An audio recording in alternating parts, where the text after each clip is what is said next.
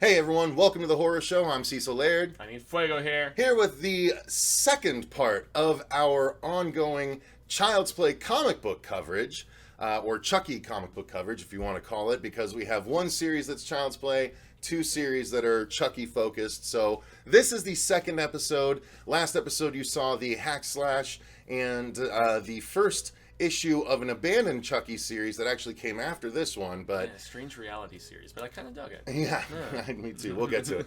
So this one that we're reviewing separately because it's a 4-issue series that was specifically, I didn't even know it at the time. I got it off the rack when it came out back in the day, but this is a sequel to Bride of Chucky.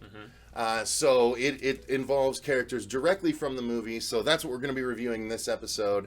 So, let's give our overall thoughts on the comic. And I will say that as a gore aficionado, I liked that aspect of the book. It goes for it. It definitely goes for it. And Chucky's never been averse to gore, so I don't think that's out of character per se.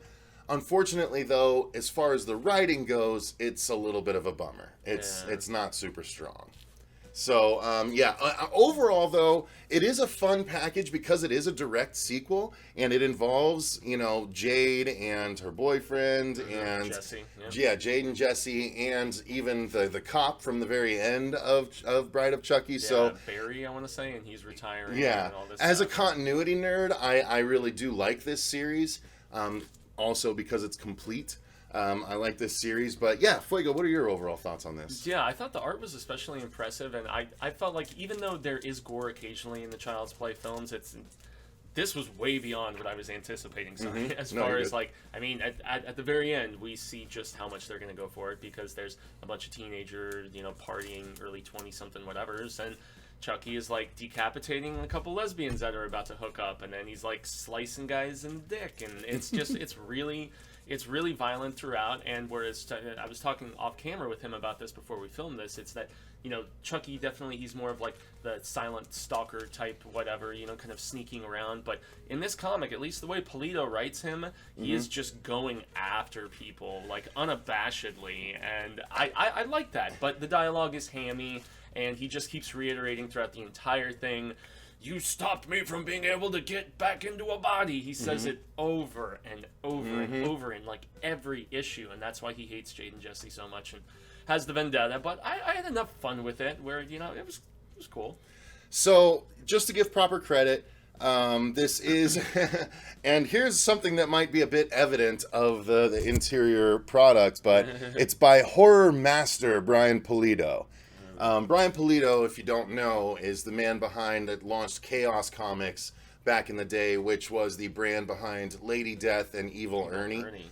So Lady Death is a stark white woman with huge breasts and very much of the 90s approach. Slayed demons with a giant sword, and Evil Ernie was just a really creepy dude He's from like a dead heavy metal. Yeah, pretty much. Yeah, he was a character from Metal, essentially. So he is the horror master for some reason, but according to Devil's Due Publishing at the time, which has changed logos and ownerships, I think, at this point.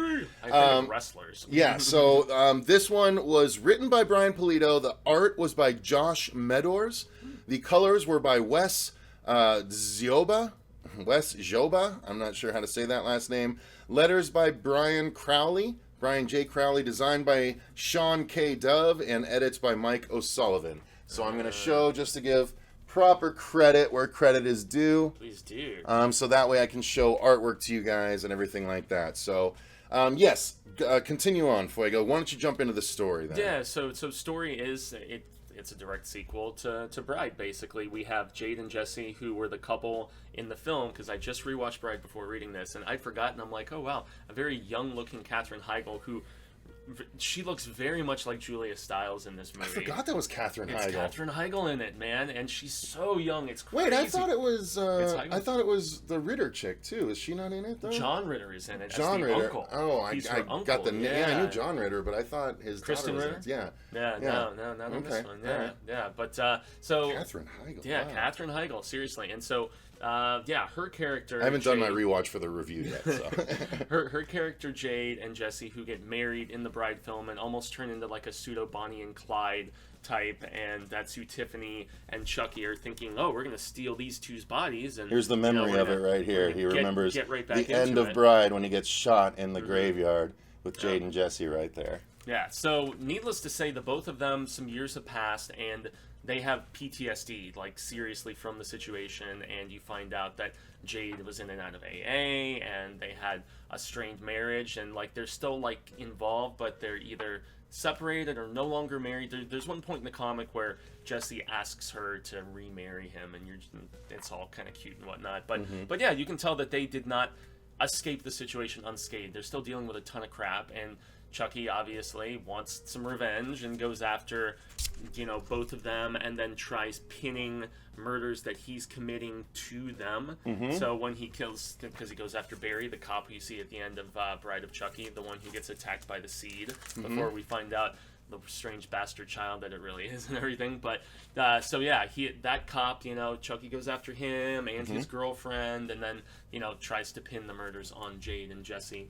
And even though all the friends are like, no, it couldn't be them, when there's all this insurmountable evidence of DNA on the crime scene, and all the stuff Chucky's planting. Chucky pulls this thing from the Chappelle show.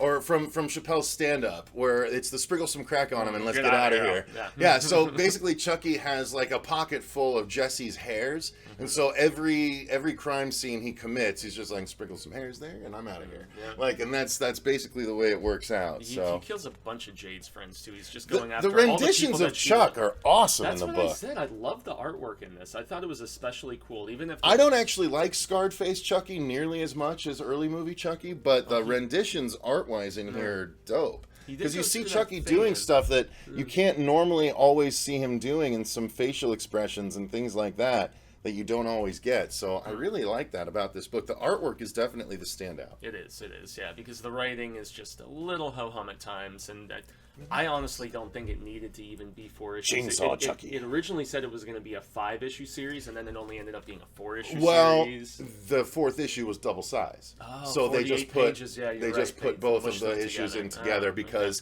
it wasn't selling well enough, I don't think. So they just were like, just put the last 2 together, let's get it out there. Which kind of makes sense. But so yeah, story is not written besides just kill after kill of all the people that Jade cares about so much, and that's how he's trying to mess with her and get to her. There's really, he takes Jesse into captivity and like holds him hostage. Well, the thing is, trying to bait Jade to come and because he's about to take out Jade right here. And then he realizes, you know what? I can cause her way more pain if I dismantle her life first. Yeah. And that was one of the amusing things about the writing, I will say. The amusing plot point was that Chucky tries something different.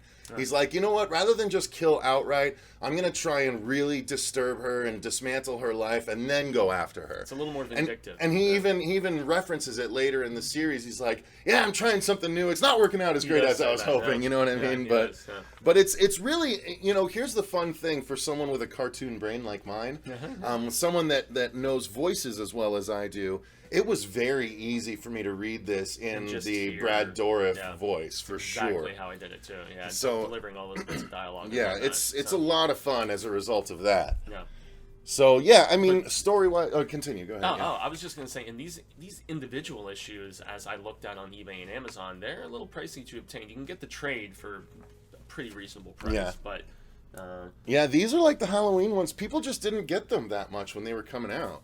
Same with the all those Freddy versus Jason versus Ash. I have all those issues too because no one was getting them. Well, and this is that in between phase where it had been a while since Seed had come out, and we didn't even know Curse was gonna. Yeah, these came out in 2007. Yeah, so that's when the books came out here. Yeah, so it was that the cover of number phase, 3, where people wanted Chucky content and there wasn't anything on screen. So why the hell not in the comic books? And so not amazingly inspired, but still, as far as I don't know, if you like the property, they're a decent amount of fun.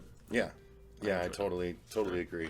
So okay, now let's talk about the artwork since we've already been kind of gushing about it. Here's a Chucky-less spread where you can kind of see what some of the regular characters look like. So it's pretty standard stuff, but it's not bad by any stretch. It's pretty pretty well accomplished. We've seen far worse from some of the independents that we have looked at. Yeah, that's true. That's true. We have. And there's lots of bodaciously drawn boobies throughout. Yeah, I mean, not a lot of nudity per se, but some skimpy. A decent amount of emphasis, as you would expect from something written by Brian Polito, like I forgot about that. How he would describe his panels and whatnot. I would imagine, but it's laughter. Yeah, laughter from the room.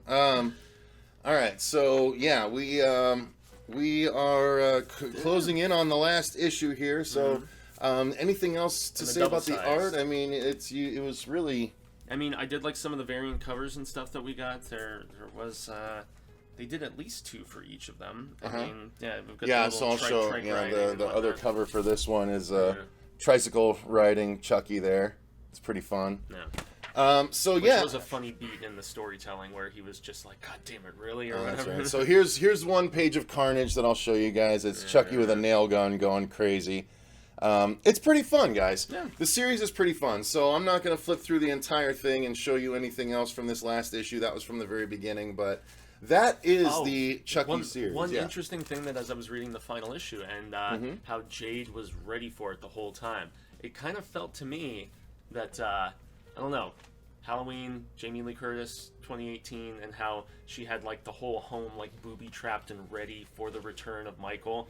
I felt like this was the exact same thing, and it kind of made me wonder if those guys behind the script and everything. Yeah, that's right. That was a good point that I was going to make. I had written that down. Yeah, this was a 2007 comic book, and so apparently Jade has been building a basement bunker sort of thing where she could face Chucky if he ever did return, just like in Halloween 2018, 11 years later. Exactly. So someone definitely read the Chucky books, or just had a really similar idea with a really big slasher. Yeah. So that was really funny to see. I was like, "What the hell is this?" Yeah. So that was definitely interesting. Yeah, I thought that was really I said at the end the different. Oh yeah, so.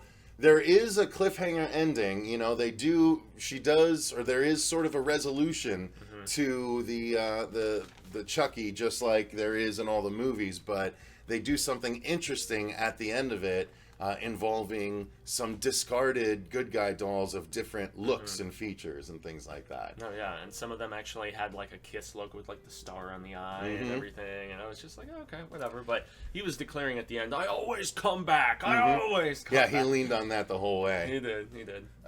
So yeah, guys, that's I think gonna cover the Chucky mini-series from 2007. Again, it ended up being 4 issues. It's 5 issues in length, but it was only 4 issues in actuality. So why don't you guys let us know in the comments down below, have you read these books? Are these something you'd be interested to get the trade of? I mean, if you like Bride of Chucky and you don't mind kind of sloppy writing at times, but with really interesting artwork and a lot of gore, let us. I mean, we've interviewed Brian Polito on the channel. Brian's a homie of the channel. Yeah. We like his stuff a ton. This just we felt because I have all of his horror books. Yeah. He wrote Jason. He wrote Freddy. He wrote Chucky. He wrote Leatherface. Like I have. I'm a big supporter of Brian Polito. Oh, I just felt like this story was a little bit more loose than he tends to be. Yeah, and maybe it's tough when you're working with a property that's not your own and it's a pre-existing IP, like of the magnitude of this one, where it's. I don't know, maybe you second guess yourself, or maybe it's just when so much has been done already with ideas with the character. Yeah. But, I mean, it was solid enough for it. It didn't suck, and the artwork was awesome. And, he was writing what was going to be transpiring in those panels. So, I mean, come on now. It's just hammy dialogue, but you get hammy dialogue in a lot of horror films already anyway, so it's fine. True. So yeah, let us know in the comments down below if you guys are interested in this one, or if you did read it, what you thought of it. Until next time, thank you very much for watching. I've been Cecil Laird. Gracias, Jaime Fuego. Thank you to our patrons, and remember, guys, stay scared. Got a little tripped up there. I remember.